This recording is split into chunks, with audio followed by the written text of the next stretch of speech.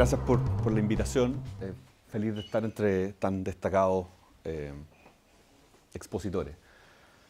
Mi intención de hablarles hoy día es de un diagnóstico político-técnico respecto al estado de las políticas públicas en educación desde nuestro sector político. Y lo primero con lo que parto es un diagnóstico que no me gustaría alargarme, que podemos discutirlo, ustedes lo pueden contestar, está bien, pero yo parto desde la idea que las políticas asociadas a las ideas tradicionales de la derecha o la centro derecha están desprestigiadas o fracasaron. Hoy día son insustentables en el ámbito público. En la educación superior es algo más difícil de ver, pero en la educación escolar es muy concreto. La ley de inclusión escolar, básicamente la prohibición del copago, el lucro y la selección, fue un golpe mortal a una serie de, no de ideas, no la idea de la libertad de enseñanza, la posibilidad de los padres de elegir y la posibilidad de los ciudadanos, de cualquier ciudadano o grupo de ciudadanos de proveer educación, sino a las políticas en que esas ideas se concretaban. Eso creo que es muy sano que nuestro sector asuma rápidamente que no van a volver esas ideas. Y quizás ustedes no siguen el debate de manera tan obsesiva como yo, porque me gano la vida con eso. Pero efectivamente hay partes grandes de la coalición que hoy día está en el gobierno que no han renunciado a esas ideas. Y yo creo que para poder avanzar necesitamos hacer ese trabajo. Y esto lo tenía para la conclusión, pero mejor lo voy a decir al tiro. Esto no significa renunciar, ni significa darse por vencido, ni decir, bueno, corrieron el cerco. Eso no es cierto, porque las ideas de fondo siguen igual, siguen en la Constitución primero, eso no lo lograron sacar. Y segundo, siguen teniendo mucho significado para las personas en general. Para las personas que no están metidas en esto, que no necesariamente están todo el día obsesionadas en saber qué es lo que pienso y por qué y quién lo dijo antes como para que tenga algún tipo de sustento, sino para el sentido común de las personas. Y por lo tanto, vale la pena seguir dando esa lucha de cómo esas ideas se van a manifestar en políticas concretas.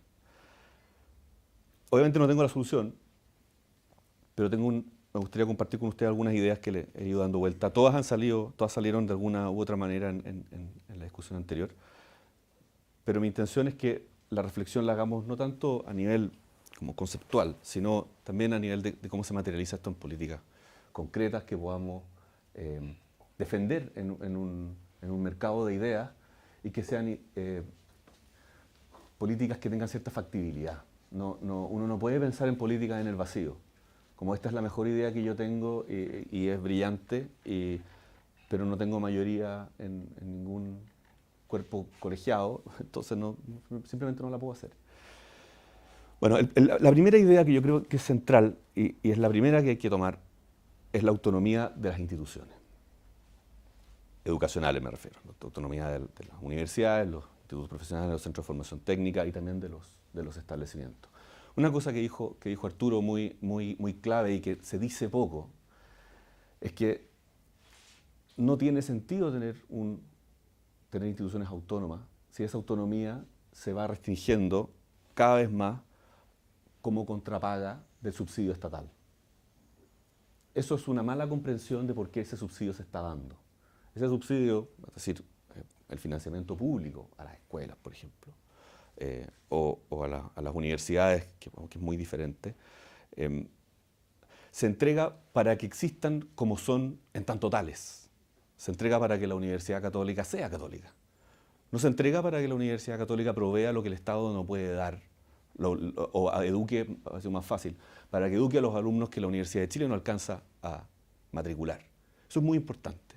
Y eso permite justificar de por qué es lícito defender que la Universidad Católica sea efectivamente todo lo católica que quiera ser. No que se vaya pareciendo progresivamente más a la oferta estatal, que puede ser mejor, peor, eso es irrelevante. Lo que tú estás subvencionando es la posibilidad de que haya un espejo entre la diversidad de la misma sociedad y la manera que tiene esa sociedad de reproducir su cultura, el sistema educacional. Tú quieres que sea un espejo, no quieres que el sistema sea tan diverso como lo es la sociedad. Esta diversidad no se origina de una planificación de alguien que esté pensando en cómo ir calzando los distintos actores sociales para alguna especie de fin teleológico, algún final predestinado. Es la diversidad propia, espontánea de la sociedad, la que se materializa en ese sistema. Y por eso es valioso y por eso es defendible, porque no viene de la mente de alguien, viene de una presión de la sociedad. Si ustedes estudian, no me voy a alargar, si ustedes estudian el caso de la Universidad de Concepción, van a ver exactamente reflejado eso, mucho mejor que la Universidad Católica. Porque la Universidad Católica básicamente es porque el Estado se partió en dos, entonces el Estado quiso seguir proveyendo educación, la parte que perdió quiso seguir proveyendo. Pero la Universidad de Concepción es el mejor ejemplo de cómo la sociedad en sí misma, de ahí brota espontáneamente un proyecto, una idea, que no nace ni en contra del Estado ni para promover alguna visión ideológica religiosa particular, sino la diversidad misma. Entonces, la autonomía de las instituciones es clave. Voy a revisar mis notas, perdón, para ir ordenado. Lo segundo que me parece muy importante para nosotros es cortar cierto antagonismo entre la educación pública y la educación estatal, o pública. La educación privada y la educación pública, perdón. La educación pública es un ámbito de acción que la derecha o la centro derecha abandonó. Peleó solo en el margen. El margen me refiero a los liceos de excelencia, o cierto nivel de selección, o la posibilidad que existieran. De hecho, en estricto rigor no hay debate respecto a las universidades estatales o la educación pública en la derecha, digamos, más gruesa. Obviamente hay personas que tienen idea, aquí estoy generalizando. Pero eso es un ámbito de acción legítimo en el que hemos renunciado a actuar. Y que eso tiene que acabarse. Hoy día se están dando oportunidades en que se está expandiendo la oferta estatal y no podemos permitir que ese espacio legítimo de influencia no sea, por lo menos no da la pelea a estar ahí. ¿Que tiene problemas? Por supuesto, como los tiene la educación privada también. Pero eso no implica renunciar a estar ahí. Darle significado, identidad a esa educación pública. Si ustedes hacen, esto lo discutía con un hombre de extrema izquierda, de hecho perteneció al MIR, me decía, la educación privada, la educación pública nosotros la colonizamos, porque era de ustedes. Era la forma en que, él obviamente lo veía de una manera muy esquemática, maquiavélica, de que la educación pública era la manera de esclavizar a los proletarios en la visión de la cultura, bla, bla, bla. Pero ellos se apropiaron de ella, haciéndola el motor de movilidad social y el motor de concientización y de complejización, en el fondo, y de densificación del pensamiento de las masas. Nosotros tenemos que replicar a eso. ¿Cuál es el significado de la educación pública para ustedes? No puede seguir siendo, ni para ustedes ni para mí, el espacio que no es la educación privada. No puede ser solo la promoción de la educación privada, porque no podemos renunciar a estar en ningún espacio. Hay que estar en todos los espacios. Esto es lo mismo que decía Hugo Herrera en algún punto. ¿Por qué la derecha renuncia a los sindicatos? ¿Por qué la derecha renuncia a otros espacios legítimos de influencia? La educación pública tenemos que entenderla no como en oposición a la educación privada, que tenemos que seguir promoviendo como siempre, pero no activamente, darle un discurso, darle un contenido. Eso, no sé cuál es ese contenido. O sea, tengo una idea, pero esa es mi idea. La idea es que todos podemos generar algunas diferentes.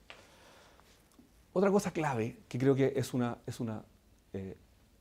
pelea que no hay que dejarse vencer, es respecto al concepto general de financiamiento privado o copago o financiamiento compartido. Tiene 1000 nombres más eufemísticos unos que otros, pero básicamente es la posibilidad de invertir, de una inversión privada que va a un bien colectivo en educación. Eso es clave. El copago no es egoísta, entre comillas, para decirlo simple. Porque ¿qué es más egoísta? ¿Pagarle a tu hijo clases de violín con la plata del copago? ¿Me entienden lo que quiero decir con copago? El alumno va al colegio, el Estado da un subsidio, el padre pone plata encima de eso para pagar, en el fondo, la matrícula o los costos del colegio. Imagínense, bueno, no hay que imaginárselo, así es ahora. Se prohíbe el copago. Los padres no pueden aportar. Esa plata, algunos padres, ¿qué van a hacer? Se van a comprar un plasma, una polera de algún equipo de fútbol. Otros padres lo van a invertir en clases de violín. Situación anterior, situación nueva. ¿En cuál hay mayor desigualdad? Evidentemente en la segunda, porque en la primera, la plata del violín se iba al colegio completo, al común, a la comunidad. Era un recurso que estaba invirtiéndose de manera colectiva, versus el otro se invierte de manera privada. La izquierda ha sido muy hábil, o los opositores del copago, para decirlo más fácil, en demonizar el aporte privado. Pero ese aporte privado no está demonizado. O sea, el argumento de demonizarlo a raíz de la segregación es falso. Lo que citó Arturo es correcto. La segregación residencial es suficiente para explicar hasta el último margen de la segregación educacional. El poder el copago es poder, influencia. Es tú decidir sobre cómo funciona ese establecimiento. Que si seguimos nuestra línea de pensamiento original, fue creado por la misma comunidad para transferir valores, para educar a tus hijos. Y eso es un derecho constitucional que todos ustedes tienen. Por lo tanto, el derecho a invertir en eso colectivamente y que eso signifique una influencia, un poder sobre cómo eso se desarrolla en el detalle, es muy importante. Y es ese poder al que no hay que renunciar. Porque el que pone la plata pone la música. Y si el Estado financia totalmente los colegios, los padres van a perder poder. Aquí no hay... Van a tratar de maquillarlo de mil maneras. Pero no tener el derecho a ponerse implica tener menos derecho a influir. Por lo tanto, hay una lucha que hay que seguir dando. Hay que darla en educación superior más fuerte porque la discusión está hoy día ahí, por la gratuidad. Pero en educación escolar nos acaban de dar una buena paliza. Por supuesto que no es bueno seguir peleando después de que te dan una paliza. Pero hay que reagruparse y volver a pensar en eso. Sobre todo en condiciones en que los colegios particulares pagados pueden seguir disfrutando de esto. Las personas que pueden acceder a estos colegios pueden seguir en eso y el resto no. Y eso es una desigualdad que no podemos permitir. Otra idea que creo que puede ayudar a reestructurar y que ha recibido también mucho fuego es el mérito académico. Los estudios que usan metodologías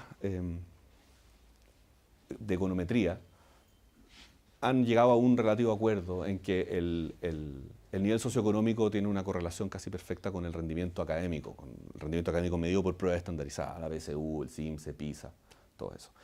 Lo que ha llevado básicamente a decir que nadie, en el fondo, nadie estudia o nadie logra modificar su rendimiento. Simplemente tu rendimiento es un reflejo de los ingresos de tus padres o los propios.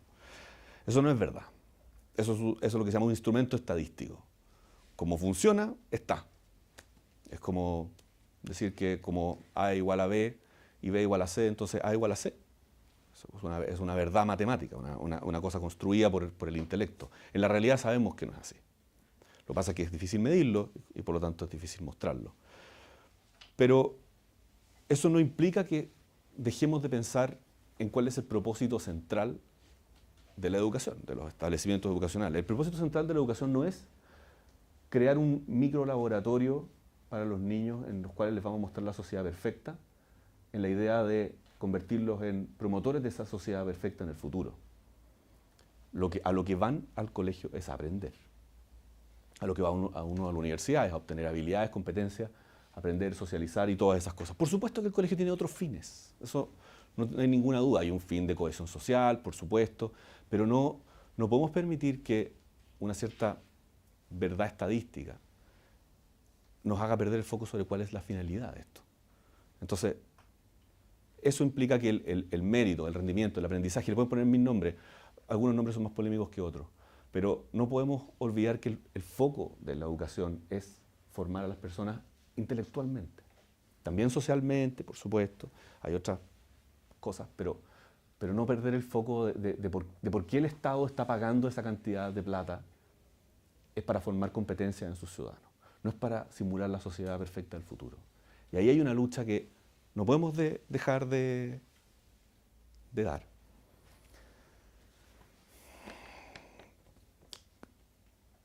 Otra, y este creo que es la última idea, la rendición de cuentas. Básicamente la rendición de cuentas es cuando tú le dices a la institución, a una institución privada o pública a la cual tú le provees recursos, demuéstreme como Estado que usted está haciendo lo que se compromete a hacer. Educar, formar profesionales, generar investigación, lo que sea. Algunas personas piensan que simplemente proveyendo los recursos, esas cosas van a ocurrir. En algunos casos sí, en otros casos no. Ese modelo se ha vuelto relativamente insustentable hoy día, porque el ojo sobre o la falta de supervigilancia de esa rentabilidad social asociada a ese gasto ha hecho que la solución ha sido la que propone hoy día el Frente Amplio. No demos recursos para que otros hagan esperando que lo hagan. Hagámoslo nosotros. ¿Qué significa eso? Conducir directamente el modelo educacional. La investigación, la vinculación con el medio, la educación básica también. ¿Cómo combatir eso? Asumiendo un principio nuevo, básico, no es nada nuevo en realidad, que toda institución pública o privada tiene que ser medida en tanto su capacidad de proveer el bien público que el Estado o la sociedad le pide. Si ese bien público es docencia, tenemos que saber qué es lo que entendemos por docencia y podemos definir estándares mínimos. Los que no cumplan ese estándar tienen que salir del sistema, público o privado. Ahí no hay que diferenciar. Pero el que cumple ese estándar tiene que ser dejado en su autonomía. Pero esa va a ser la única manera, y en parte en el sistema nuestro ya está instalado, de que podamos tener cierta certeza y cierto control sobre esos recursos, porque recuerden que estamos usando plata de todos los chilenos, para combatir la idea de tomar el control completamente, que es la amenaza concreta que tenemos, que no estuvimos tan lejos en el gobierno anterior, y que si en un próximo gobierno del otro color político va a ser aún más intensa esa presión por tomar el control. Entonces, la rendición de cuentas, es decir, el hecho que instituciones privadas y públicas tienen que responder solo por los bienes que producen y obviamente el cumplimiento de la ley, y no por si son estatales o privados o si cumplen o no cumplen las políticas más bien ideológicas del gobierno de turno, que también es una presión y es el problema que tiene la Universidad Católica con la ley de aborto. Tiene que ser nuestro estándar de consideración de la oferta privada. Para cerrar, vuelvo a la conclusión que dije al principio. Tenemos que volver a pensar cómo materializamos los principios y los conceptos que conversamos tanto y que nos gusta buscar en libros de ingleses del 19, en políticas concretas que podamos defender en la arena pública. No podemos seguir presentando proyectos que digan deróguese la ley de inclusión, fírmese, publíquese. Eso no va a resultar. Esa pelea ya la perdimos, se acabó. Lo mismo ocurre en superior. La pelea que viene ahora es, tenemos que afinar el ojo. Y esto tomando, creo, argumentos de todas las tradiciones del sector. No hay solamente uno, y no hay solamente uno y no es neoliberal, y el otro que es solidario, y el otro es liberal, otro es más liberal que el otro es liberal clásico. Toda esa cuestión en el ring de la política de verdad vale cero. No uno, cero. Lo que hay es unidad en lo que se quiere hacer, confianza en los principios de fondo que todos compartimos y políticas concretas que se pueden escribir en un papel cortito, lo más cortito que puedan, para mejorar las condiciones de los chilenos y chilenas en base a lo que nosotros pensamos y creemos que es mejor para el país. Gracias.